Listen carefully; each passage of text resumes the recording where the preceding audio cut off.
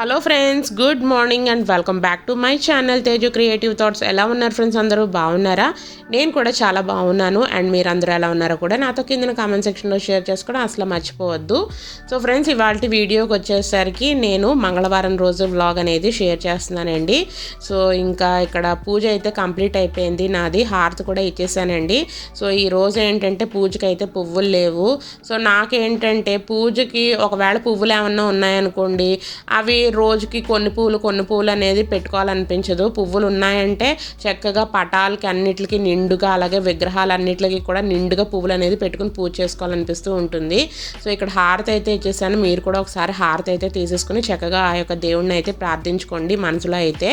So చాలామంది ఏం చేస్తారంటే 2 రోజులకి 3 రోజులకి అన్నట్టు ఒకేసారి పువ్వులు అనేది తెచ్చేసుకుంటూ ఉంటారు కదా. రోజుకి కొన్ని పువ్వులు అనేది పెట్టుకుంటూ ఉంటారు. బట్ నాకెందుకు అలా కొంచెం పలచగా కన్నా కొంచెం నిండుగా దేవుడికి పటాలకి పువ్వులు పెట్టుకుంటేనే ఇష్టంగా అనిపిస్తూ ఉంటుంది. సో ఇక్కడ నేను కూడా హారతి అయితే తీసేసుకుని ఒకసారి దేవుడిని అయితే ప్రార్థించుకున్నానండి. ఇంకా దాని తర్వాత ఈరోజు బ్రేక్ఫాస్ట్లోకి ఏంటంటే పాస్తా అనేది ప్రిపేర్ చేశాను. సో నైన్కి ఏంటంటే మ్యాగీ కంపెనీ వాళ్ళది పాస్తా ఉంటుంది కదా. సో ఆ పాస్తా అయితే ఇష్టంగా తింటుందన్నమాట. అలాగని ఇష్టంగా తింటుందని చెప్పేసి రెగ్యులర్గా అయితే ఇవి పెట్టనండి. జస్ట్ ఒక 20 డేస్ 25 డేస్కి ఒకసారి అన్నట్టు పెడుతూ ఉంటాను. సో ఎప్పుడైనా సరే ఇడ్లీ, దోశ బ్యాటర్ అలాంటివి లేనప్పుడు, ఉప్మాలైనా సరే రొటీన్గా ఉన్నట్టు ఉంటాయి కదా, కొంచెం చేంజ్ అయినప్పుడు అయితే ఇలాంటివి అనేది చేస్తూ ఉంటాను. సో ఇక్కడ ఏంటంటే నైన్కి టీవీలో తను రెగ్యులర్గా చూసే వీడియోస్ అవన్నీ ఉంటాయి కదా, ఆ వీడియోస్ అవన్నీ పెట్టుకుంటూ సైమల్టేనియస్గా ఇక్కడ బ్రేక్ఫాస్ట్ పాస్తా అనేది తినిపించేస్తున్నాను. సో ఈరోజు బ్రేక్ఫాస్ట్ అయితే నేను సెపరేట్గా ఏం ప్రిపేర్ చేయలేదండి. జస్ట్ ఓన్లీ పాస్తా ప్రిపేర్ చేశాను. సో ముందు రోజు నైట్ అన్నం అయితే ఉన్నదన్నమాట. అది ఇంకా మనకి ఎండాకాలం కాబట్టి ఇంక మార్నింగ్ లెగ్సేటప్పటికల్లా పాడైపోతుంది కదా. సో అందు గురించి అని చెప్పి ముందు రోజు నైటే అదొక బాక్స్లో తీసేసి ఫ్రిడ్జ్లో అయితే పెట్టేశాను. సో మార్నింగ్ లేచిన తర్వాత అన్నం ఒకసారి వేడి చేసి ఎగ్ ఫ్రైడ్ రైస్ అయితే చేసేసి ఇంకా మా హస్బెండ్కి అయితే ఇచ్చేసానండి. సో అలాగే నాకు కూడా 9కి నాకు కలిపి ఒకేసారి పాస్తా అనేది ప్రిపేర్ చేసేసాను. సో ఇంకా 9కి బ్రేక్ఫాస్ట్ అయితే తినిపించేసాను. అలాగే 9కి కూడా స్కూల్కి అయితే ఇంకా స్టార్ట్ అయిపోయిందండి. సో 9కి స్కూల్కి వెళ్ళే ముందే ఇంకా మా హస్బెండ్ ఏంటంటే పాలు అవన్నీ కూడా తీసుకురమ్మని చెప్పేసి అన్నాను. సో నాకు రెగ్యులర్గా ఏంటంటే 2 రోజులకి 1.5 లీటర్ పాలు అనేది పడుతూ ఉంటాయన్నమాట కరెక్ట్గా. ఎందుకంటే నేను పెరుగు, మజ్జిగ అవన్నీ కూడా నాకు ఇష్టం ఉండదు, నేను తిన్నాను కూడా, చిన్నప్పటి నుంచి అలవాటు అయితే లేదు. జస్ట్ 9కి అలాగే మా హస్బెండ్కి ఏంటంటే పెరుగు, పాలు అయితే ఉండాలన్నమాట. సో 9కి రెగ్యులర్గా పాలు ఇస్తాను, అలాగే పెరుగు తోడబెడుతూ ఉంటాను. ఎప్పుడన్నా నాకు కావాలంటే కాఫీ తాగుతూ ఉంటాను కదా అని చెప్పి 2 రోజులకి నాకు 1.5 లీటర్ పాలు అయితే పడుతూ ఉంటుందన్నమాట. సో పాలు అవన్నీ కూడా ఇంక పొయ్యి మీద అయితే పెట్టేశానండి. అలాగే పాలు తెస్తూ ఈరోజు ఏంటంటే మంగళవారం కదా, మా హస్బెండ్కి అయితే చికెన్ అనేది తినాలనిపించిందంట. సో అందు గురించి అని చెప్పేసి ఇంకా గబగబా అయితే చికెన్ అనేది తీసుకొచ్చారు. యాక్చువల్లీ పాలు ఈ చికెన్ తెస్తున్నప్పుడు నేను ఒక పక్కన 9కి బ్రేక్ఫాస్ట్ అదంతా కూడా తినిపిస్తున్నాను. సో ఈలోగా ఆయన్ని పాల ప్యాకెట్ తీసుకురమ్మంటే ఇంకా కరెక్ట్గా ఒక పావు గంట సేపు అయితే ఉన్నదండి. అక్కడికే ఇంకా ఆ పావు గంటలోనే పాల ప్యాకెట్ అలాగే ఇంకా చికెన్ అదంతా కూడా హడావుడిగా అయితే తెచ్చేసారు. బట్ ఈరోజు తెచ్చిన చికెన్ కూడా చాలా ఫ్రెష్గా అప్పటికప్పుడే కోడినదంతా కూడా కట్ చేసి అయితే ఇచ్చారండి. సో ఇంకా పాలదంతా కూడా కాయడానికి పొయ్యి మీద పెట్టేశాను కదా, అలాగే చికెన్ కూడా ఒకసారి వాష్ చేసేసాను, లేదంటే స్మెల్ వచ్చినట్టు ఉంటుంది కదా. సో ఇంక వాష్ చేసేసిన తర్వాత ఇంకా 9కి కూడా స్కూల్కి వెళ్ళిపోయిందని చెప్పేసి అన్నాను కదా. సో ఈ 2 పనులు అయిపోయిన తర్వాత ఇక్కడ నేను జస్ట్ టీవీ ఆన్ చేసుకుని మామూలుగా రెగ్యులర్ ఛానల్స్ ఉంటాయి కదా మనకు టీవీ ఛానల్స్, అందులో అలాగ ఛానల్స్ మార్చుకుంటూ ఇక్కడ నా బ్రేక్ఫాస్ట్ అనేది తినేస్తున్నాను. సో బ్రేక్ఫాస్ట్ తింటున్నప్పుడు గుర్తొచ్చిందనమాట, ఈరోజు పాస్తా చేశాను కదా, అదే మనకి ఇడ్లీ పిండి, దోశ పిండి ఉన్నదనుకోండి, మనకు రెగ్యులర్గా బ్రేక్ఫాస్ట్కి అయితే ఎత్తుకోవాల్సిన అవసరం ఉండదు. ఏ రోజు ఏం చేయాలి, ఈ రోజు ఏం చేయాలి అన్నట్టు. అందు గురించి అని చెప్పేసి బ్రేక్ఫాస్ట్ తింటున్న టైంలోనే తర్వాత రోజు బ్రేక్ఫాస్ట్కి ఏం ప్రిపేర్ చేయాలా అని చెప్పేసి ఇంకా ఆలోచిస్తుంటూ ఉంటే ఇడ్లీ అయితే నానబెట్టేద్దాం అని చెప్పేసి ఇక్కడ మినపప్పు అనేది ఇంకా తీస్తున్నాను అనమాట. సో మినపప్పు డబ్బాలో అయితే మినపప్పు అయితే అయిపోయింది.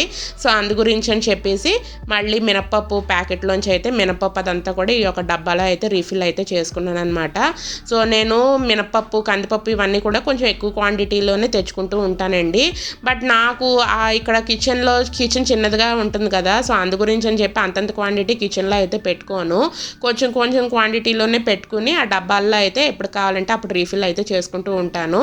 ఇక్కడ ఇడ్లీకి మినపప్పు అయితే నానబెట్టేసానండి. సో మినపప్పు నానబెట్టిన వెంటనే నేను ఇడ్లీ నూక కూడా నానబెట్టేస్తూ ఉంటాను. చాలామంది ఏం చేస్తారంటే ఈ యొక్క మినపప్పు మనం గ్రైండింగ్ చేసుకుంటూ ఉంటాం కదా, దానికి ఒక గంట ముందు అనేది ఇక్కడ ఇడ్లీ నూక అనేది చాలామంది నానబెట్టుకుంటూ ఉంటారు. నేను ఏంటంటే మర్చిపోతానేమో అని చెప్పేసి ఇడ్లీ పప్పు నానబెట్టినప్పుడే మినపప్పు వెంటనే ఇడ్లీ నూక కూడా నానబెట్టేస్తూ ఉంటాను. సో చూస్తున్నారు కదా, ఇంకా ఇడ్లీ నూక అలాగే ఇడ్లీకి మినపప్పు కూడా నానబెట్టేశాను. సో ఇక్కడ చూస్తున్నారు కదా, ఈ రెండు నానబెడుతున్న టైంలో ఈ పావురం అయితే బాల్కనీలో వచ్చి అరుస్తానే ఉన్నదనమాట. ఆ మధ్యన పిల్లలు పెట్టింది చూడండి, 2 పిల్లలు సేమ్ ఇదే పొజిషన్లో ఈ ప్లేస్లోనే పెట్టిందనమాట.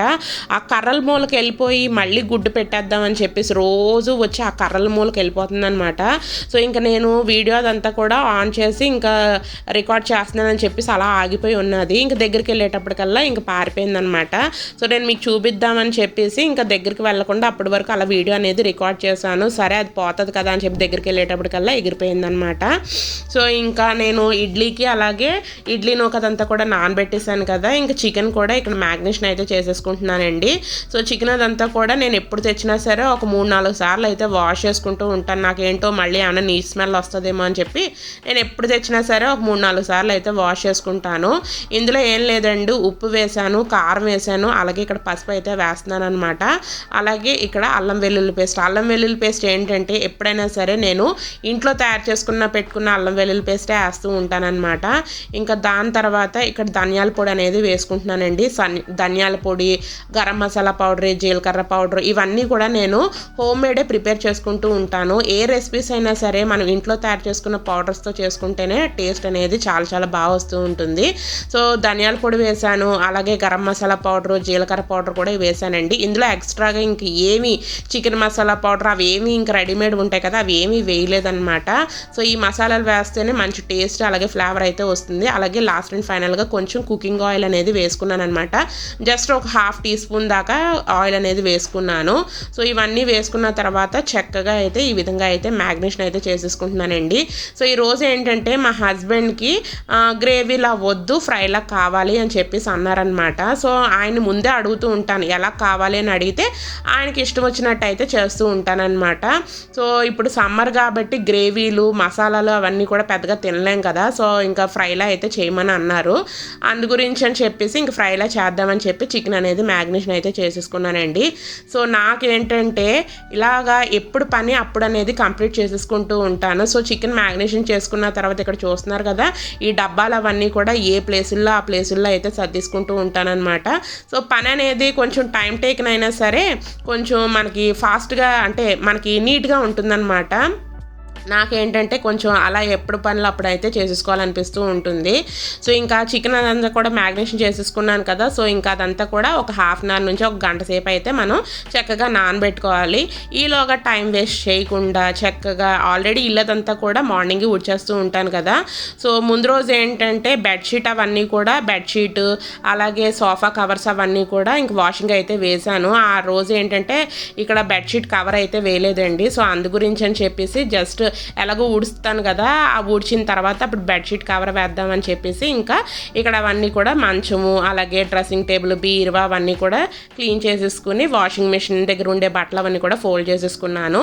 సో ఫైనల్గా బెడ్షీట్ అవన్నీ కూడా వేసేసేటప్పటికి నా యొక్క బెడ్రూమ్ అనేది ఈ విధంగా అయితే ఉంటుందన్నమాట. సో ఇంకా ఇలా ఉండేటప్పటికల్లా నాకు కొంచెం చూడగానే బెడ్రూమ్ కానీ కొంచెం మనశ్శాంతిగా ఉన్నట్టయితే అనిపిస్తూ ఉంటుంది. సో ఓవరాల్గా ఇక్కడ చూస్తున్నారు కదా, అన్నీ క్లీన్ అయితే చేసేసుకున్నాను. ఇక్కడ బట్టలు కూడా ఫోల్డ్ చేసేసుకుని ఇక్కడ వాషింగ్ మిషన్ మీద అయితే పెట్టేసుకున్నానండి. సో వాషింగ్ మిషన్ ఏంటంటే నేను బెడ్రూమ్లోనే పెట్టుకుంటూ ఉంటాను. అంటే బాల్కనీలో పెట్టుకోవచ్చు కానీ అది ఏంటంటే మాకు ఈస్ట్ సైడ్ బాల్కనీ కాబట్టి ఎండ అదంతా కూడా మార్నింగ్ చాలా ఎక్కువ వస్తూ ఉంటుంది. సో ఇంకా మనకి మోటార్ అదంతా కూడా పాడవుతుందేమో అని చెప్పేసి ఇంక మేము వాషింగ్ మిషన్ కొన్నప్పటి నుంచి బెడ్రూమ్లోనే పెట్టుకుంటూ ఉంటాం అనమాట. వాషింగ్ చేసేటప్పుడు జస్ట్ వాష్రూమ్ బాత్రూమ్ ఉంటుంది కదా, బెడ్రూమ్లో బాత్రూము, అక్కడికి కొంచెం ఫ్రంట్కి లాగి ఆ పైప్ అదంతా కూడా బాత్రూమ్కి అయితే కనెక్షన్ చేసేస్తూ ఉంటానన్నమాట. సో ఇంకా అక్కడ బెడ్రూమ్ అదంతా కూడా క్లీన్గా సెట్ చేసేసుకున్న తర్వాత ఇంకా ఇక్కడ సోఫా మీద పిల్లోస్ ఉంటాయి కదా, ఆ పిల్లోస్ అవన్నీ కూడా ముందు రోజే ఇంకా పిల్లో కవర్స్ అవన్నీ కూడా వాష్ చేసేసాను. అలాగే సోఫా కవర్స్ కూడా వాష్ చేసేసాను కదా, మీరు లాస్ట్ బ్లాగ్ మీరు చూసుకుని ఉంటే మీకు ఈ పాటికి అర్థమైపోయి ఉంటుంది. బట్ ఏంటంటే సోఫా కవర్స్ అయితే వేయనండి సమ్మర్ అయ్యేంత వరకుని, ఎందుకంటే వేస్తున్నా సరే ఊడిపోతున్నట్టు అయితే ఉంటున్నాయి అనమాట. అదొక పెద్ద చికాక్గా అయితే ఉంటుంది. జస్ట్ ఆ పిల్లోస్కి మటుకు పిల్లో కవర్స్ అయితే వేసేసాను. ఇంకా దాని తర్వాత ఇంకా ముందు రోజు ఆ పిల్లో కవర్స్ సోఫా కవర్స్ అవన్నీ కూడా వాష్ చేశాను కదా, దాంతోపాటు మా బట్టలు కూడా వాష్ చేశాను కదా. ఇంకా బట్టలు అవన్నీ కూడా ఏంటంటే ఇక్కడ ఎవరి ర్యాక్స్లో అయితే వాళ్ళ ర్యాక్స్లో అయితే పెట్టేస్తాను. సో నాకేంటంటే బట్టలు ఉతికిన తర్వాత కంప్లీట్గా ఆరిపోయిన తర్వాత ఇమీడియట్గా నాకు ఫోల్డ్ చేసుకోవాలనిపిస్తూ ఉంటుంది. చాలామంది ఏంటంటే ఆ బట్టల ఫోల్డింగ్ అవన్నీ కూడా చాలా లేజీగా అయితే ఉంచుకుంటూ ఉంటారు కదా, అంటే లేజీ అని కాదు కానీ బట్ వాళ్ళకి వేరే వర్క్స్ ఉండిపోవడం మూలాన ఈ పని అయితే పెండింగ్లో ఉండిపోతూ ఉంటుంది.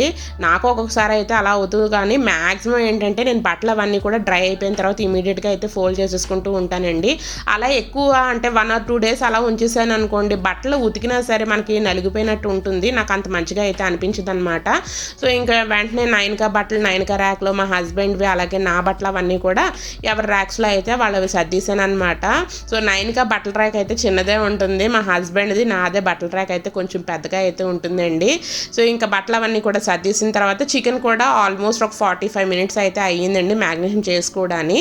సో ఇంకా చికెన్ ఫ్రైకి అనేది ఇక్కడ ఆనియన్స్ అనేది కట్ చేసేస్తున్నాను అనమాట. సో ఆనియన్స్ ఈ మధ్యన చాలా చాలా పవర్గా అయితే ఉంటున్నాయండి. ఒక్కొక్కసారి ఏంటంటే నేను ఆనియన్స్ పైన మనకి తొక్క ఉంటుంది కదా, ఆ తొక్క తీసేసినా సరే డైరెక్ట్గా కట్ చేస్తున్నప్పుడు నాకు అంత పవర్గా కళ్ళకి ఏమీ అనిపించదు. బట్ ఈ ఆనియన్స్ ఏంటంటే కట్ చేసుకునేటప్పుడు చాలా పవర్గా అయితే ఉంటున్నాయన్నమాట. అందు గురించి అని చెప్పి వాటర్లో ఆనియన్స్ అవన్నీ కూడా వేసి కట్ చేసిన ఆనియన్స్ అప్పుడు చిన్న చిన్న ముక్కలుగా అయితే కట్ చేశాను అనమాట. సో ఇక్కడ ఫ్రై ప్రాసెస్ అనేది చూపించేస్తున్నానండి. సో ముందుగా స్టవ్ ఆన్ చేసి స్టవ్ మీద ఆయిల్ అనేది వేసుకున్నాను. సో ఆయిల్ హీట్ అయిన తర్వాత ఇందులో బోల్డ్ అంత జీడిపప్పు అనేది వేసాను అనమాట. సో ఎప్పుడైనా సరే మనం ఇలాంటి నాన్ వెజిటేరియన్లో ఫ్రైస్ అనేది ప్రిపేర్ చేసుకునేటప్పుడు దాంట్లో ఫ్రైకి ఇక్కడ జీడిపప్పు అనేది వేయించిన జీడిపప్పు అనేది వేసుకున్నాం అనుకోండి, మంచి టేస్టీగా అయితే ఉంటుందన్నమాట. సో ఇక్కడ ఒక గుప్పుడు దాకా జీడిపప్పు అనేది వేసేసుకున్నాను. సో ఈ జీడిపప్పు ఏంటంటే జస్ట్ ఆయిల్లో ఫ్రై చేసేసుకున్న తర్వాత ప్లేట్లో అయితే తీసేసుకోవాలన్నమాట. లాస్ట్లో ఈ జీడిపప్పు అనేది యాడ్ చేసుకోవాలి. అదే మీరు కర్రీ ప్రాసెస్ చేసుకునేటప్పుడే అలా ఉంచేసుకున్నారనుకోండి, జీడిపప్పు అదంతా కూడా మెత్తగా అయిపోయి అంత టేస్టీగా అయితే ఉండదన్నమాట. సో ఇంక జీడిపప్పు అదంతా కూడా ప్లేట్లో తీసేసుకున్నాం కదా, అదే ఆయిల్లో ఏంటంటే సన్నగా కట్ చేసి పెట్టుకున్న ఆనియన్స్ కూడా వేసేసుకున్నాను. దాని తర్వాత ఈ ఆనియన్స్ అవన్నీ కూడా ఫ్రై అవ్వడం గురించి అని చెప్పి ఒక 1/2 teaspoon దాకా పసుపు అలాగే ఒక 1/2 teaspoon దాకా ఉప్పు అనేది యాడ్ చేశాను. ఎందుకంటే మనం ఆల్రెడీ చికెన్ మ్యాగ్నేషన్ చేసుకునేటప్పుడు అవన్నీ కూడా యాడ్ చేసాం కాబట్టి జస్ట్ ఆనియన్స్ అవన్నీ కూడా ఫ్రై అవ్వడానికి మటుకే కొంచెంగానే ఉప్పు పసుపు అనేది యాడ్ చేశాను అనమాట. సో ఆనియన్స్ అవన్నీ కూడా లైట్గా ఫ్రై అవుతున్నాయి కదా, ఇందులోనే పొడుగ్గా కట్ చేసిన పచ్చిమిరపకాయలు అనేది వేసుకున్నానండి. సో ఎప్పుడైనా సరే మనం ఫ్రై రెసిపీలు చేసుకునేటప్పుడు చిన్న ముక్కలు కాకుండా పొడుగ్గా పచ్చిమిరపకాయలు కట్ చేసుకుంటేనే అది మనం ఉట్టిగా తింటున్నప్పుడు కూడా పచ్చిమిరపకాయలు మంచి టేస్ట్ అయితే ఇస్తూ ఉంటుందండి. సో ఎప్పుడైనా సరే అలా ట్రై చేయకపోతే అలాగా కట్ చేసుకున్న పొడుగు పచ్చిమిరపకాయలు అయితే వేసుకోండి. దాని తర్వాత కరివేపాకు కూడా వేసుకున్నాను. సో ఫ్రైస్కి ఏంటంటే కరివేపాకు అవన్నీ కూడా మంచి ఫ్లేవర్ అయితే ఇస్తూ ఉంటుంది. దాని యొక్క అరోమా కూడా మనం ఫ్రై చేస్తున్నప్పుడు భలే మంచిగా సువాసన అనేది వస్తూ ఉంటుందండి. సో కరివేపాకు కూడా మంచిగా ఫ్రై అవ్వనివ్వాలి. ఆ తర్వాత మనం నానబెట్టుకున్న చికెన్ కూడా వేసేసుకుని చక్కగా ఒకసారి బాగా కలిపేసుకోవాలి. దాని తర్వాత ఇక్కడ కొత్తిమీరను కూడా యాడ్ చేశాను. సో మీ దగ్గర ఉంటే ఇదే టైంలో కొత్తిమీర యాడ్ చేస్తున్న టైంలోనే పుదీనా కూడా యాడ్ చేసుకోవచ్చు. బట్ నా దగ్గర పుదీనా లేక ఓన్లీ కొత్తిమీర అనేది యాడ్ చేసేసుకుని ఒకసారి బాగా మిక్స్ చేసుకుని మూత అనేది పెట్టుకున్నాను. మూత పెట్టుకుని కరెక్ట్గా ఒక 7 నుంచి 8 నిమిషాలు అయితే మూత పెట్టుకున్నానండి. సో చికెన్ అనేది మనం ముందుగానే మ్యాగ్నేషన్ చేసుకోవడం మూలన ఏంటంటే మన చికెన్లోంచి వాటర్ అనేది బాగానే వచ్చేస్తూ ఉంటుందన్నమాట. అది ఇమీడియట్గా మీరు చికెన్ తెచ్చుకున్న వెంటనే కర్రీలా అంటే మ్యాగ్నేషన్ చేయకుండానే చికెన్ కర్రీలా కానీ ఫ్రైలా కానీ చేసుకున్నారనుకోండి, ఇంత ఎక్కువ అయితే వాటర్ రాదు. మనం చికెన్ అనేది ఎప్పుడైతే మ్యాగ్నేషన్ చేసుకుంటామో చికెన్ నుంచి వాటర్ అనేది మంచిగా అయితే వస్తుందన్నమాట. సో లోపల ఆ యొక్క వాటర్తోనే మనకు ఆల్మోస్ట్ చికెన్ అదంతా కూడా చక్కగా అయితే ఉడికిపోతూ ఉంటుంది. సో చూసారు కదా, చికెన్ అదంతా కూడా ఇంకా మధ్యలో అలా కలుపుకుంటూ చక్కగా మూత అక్కడక్కడ పెట్టుకుంటూ చక్కగా అయితే ఫ్రై చేసుకోవాలి.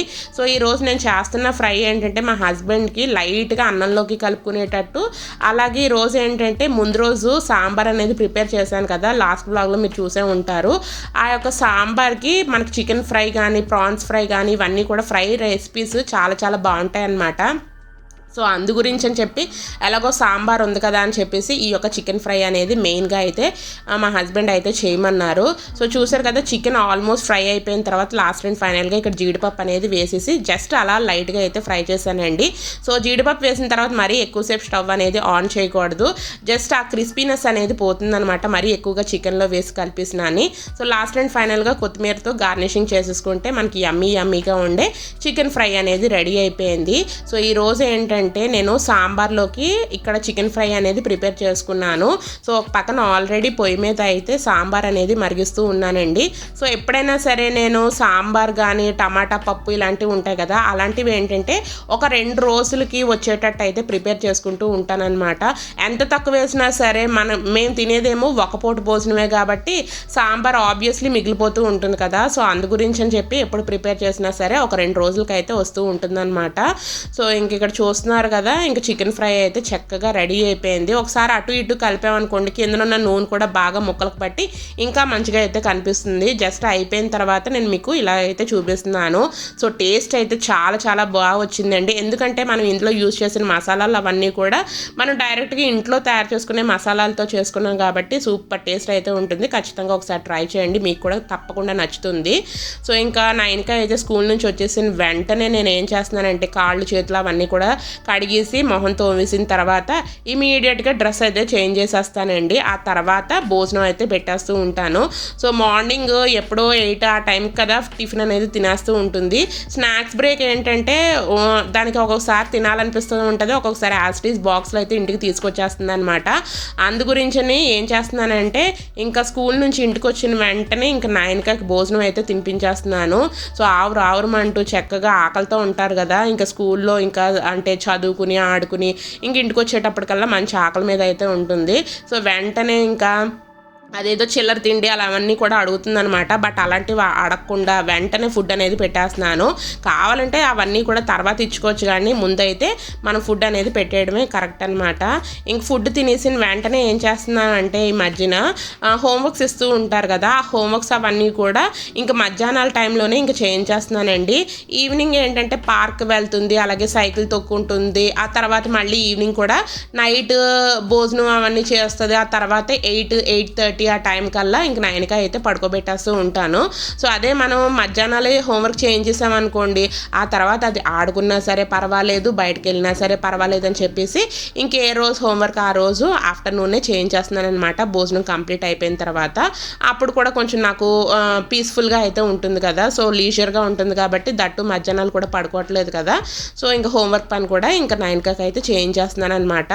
సో ఇంకా ఇక్కడ అయితే ఇంకా ఈవినింగ్ అరౌండ్ 4:30 ఆ టైంకి అండి. ఆల్రెడీ మార్నింగ్ ఇడ్లీ పప్పు అదంతా కూడా మినపప్పు నానబెట్టాను కదా. సో ఇప్పుడు 9కి లేదు, మా హస్బెండ్ కూడా లేరనమాట ఇంట్లో. 9కి సైకిల్ అదంతా కూడా తొక్కించడం గురించి అని చెప్పి బయట మా ఇంటి పక్కన గల్లీలో ఏంటంటే రోడ్డు ఉంటుంది, ఆ రోడ్డు మీద అయితే తొక్కిద్దామని చెప్పేసి మా హస్బెండ్ అయితే తీసుకుని వెళ్ళారు సైకిల్ తొక్కించడానికి. అలాగే దాని తర్వాత ఇంకా పార్క్ అయితే తీసుకుని వెళ్తానని చెప్పేసి అన్నారండి. సో మా అపార్ట్మెంట్లో ఏంటంటే కిందన సెల్లార్లో కిందన కొంచెం చిప్ వర్క్ అదంతా కూడా టైల్స్ అవన్నీ కూడా అంత దానికి సైకిల్ తొక్కడానికి చాలా చాలా ఇబ్బందిగా అయితే ఉంటుంది. అందు గురించి అని చెప్పి అంత ఇంట్రెస్ట్ చూపించట్లేదు అనమాట కింద సెల్లార్లో సైకిల్ తొక్కడానికి. అందు గురించి అని చెప్పి మా హస్బెండ్ అయితే కొంచెం పక్కన గల్లీలోకి తీసుకుని వెళ్ళి సైకిల్ అయితే తొక్కిస్తున్నారనమాట. కొంచెం దానికి కూడా కొంచెం ఎప్పుడు ఇంట్లో ఉండకుండా అలా బయటకు వెళ్ళి దానికి కూడా అలవాటు అవ్వాలి కదా అని చెప్పేసి కంపల్సరీగా మా హస్బెండ్ అయితే బయటకు తీసుకుని వెళ్ళి, ఆయన కూడా దగ్గరే ఉంటారు, ఎవరైనా పిల్లలు కనిపిస్తే ఇంకా వాళ్ళతో అయితే ఆడుకుంటుందంట పార్క్లో కూడా. సో ఇంకా ఒక పక్కన ఇడ్లీ అదంతా కూడా పప్పు అదంతా కూడా గ్రైండర్లో వేసేసాను కదా, అది నలుగుతూ ఉన్నది. సైమల్టేనియస్గా ఇక్కడ నూక అదంతా కూడా చక్కగా రెడీ చేసి పెట్టేసుకుంటున్నానండి. సో నూక లాస్ట్లో ఉండేటప్పుడు నేను ఇలా టీ స్ట్రైనర్ ఉంటుంది కదా స్టీల్ది, ఆ స్ట్రైనర్లో అయితే వేసేసుకుని లాస్ట్ అండ్ ఫైనల్గా ఇంకా అది వాటర్ తీసేసుకున్న తర్వాత ఇలాగా నూక అదంతా కూడా రెడీ చేసి పెట్టేసుకుంటూ ఉంటానన్నమాట. సో చూస్తున్నారు కదా, మన గ్రైండర్లో ఏ పప్పు రుబ్బుకున్నా సరే ఎంత బాగా ఉరుముతూ ఉంటుందో తెలుసా. సో ఈ యొక్క ఇడ్లీ పప్పు ఏంటంటే నాకు కనీసం ఒక 3-4 రోజులైనా సరే వస్తుందన్నమాట. ఒక 4 రోజులు నేను బ్రేక్ఫాస్ట్ గురించి అయితే ఆలోచించుకోవాల్సిన అవసరం అయితే లేదు. సో చూస్తున్నారు కదా, ఇంకా ఇడ్లీ రుబ్బు కూడా కంప్లీట్ అయిపోయింది. కంప్లీట్ అయిపోయిన తర్వాత ఈ నూకలో అయితే వేసేస్తున్నానండి. ఒక్కొక్కసారి ఏంటంటే డైరెక్ట్గా ఆ నూకదంతా కూడా పిండుకుని డైరెక్ట్గా గ్రైండర్లోనే వేసేస్తూ ఉంటాను. పప్పు నలుగుతునే టైంలోనే ఆ నూక కూడా కలిపేస్తూ ఉంటానన్నమాట. బట్ ఒక్కొక్కసారి ఏంటంటే ఇలా గిన్నెలో నూకదంతా కూడా తీసేసుకుని పప్పు నలిగిన తర్వాత ఇలా అయితే తీసేసుకుంటూ ఉంటానన్నమాట. సో మనం గ్రైండర్లో రుబ్బుకోవడం మూలాన చూస్తున్నారు కదా ఆ యొక్క పిండి ప్లఫీనెస్ అనేది ఎలా తెలుస్తూ ఉన్నదో. సో ఇంక ఇప్పుడు మనకి ఎండాకాలమే కాబట్టి పిండి అదంతా కూడా మనకి ఫర్మెంటేషన్ అవ్వడానికి కొంచెం ఎక్కువ టైం అయితే ఏమీ పట్టదు. సో ఇప్పుడు ఏం చేయాలంటే మరీ ఓవర్ నైట్ అంతా కూడా మనం బయట ఉంచేయకూడదండి. ఎప్పుడైనా సరే దోశ పిండి కానీ ఇడ్లీ పిండి కానీ ఇలా ఉంచేటప్పుడు అయితే మనం జస్ట్ ఒక 5 hours అయితే బయట పెట్టేసుకుని ఆ తర్వాత నైట్ పడుకునే ముందు ఫ్రిడ్జ్లో పెట్టేసుకుని మార్నింగ్ లేసిన తర్వాత అయితే తీసుకుని వాడుకోవచ్చు అనమాట. దెన్ ఫ్రెండ్స్ ఇక్కడితో ఈ వీడియో అనేది ఎండ్ చేసి వస్తున్నానండి. ఈ వీడియో మీకు నచ్చిందని అనుకుంటున్నాను. నచ్చినట్లయితే లైక్ చేయండి, షేర్ చేయండి, అలాగే కామెంట్ చేయడం అసలు మర్చిపోవద్దు. అలాగే మన ఛానల్ చూస్తూ సబ్స్క్రైబ్ చేసుకోకపోతే సబ్స్క్రైబ్ కూడా చేసేసుకోండి. Thanks for watching friends.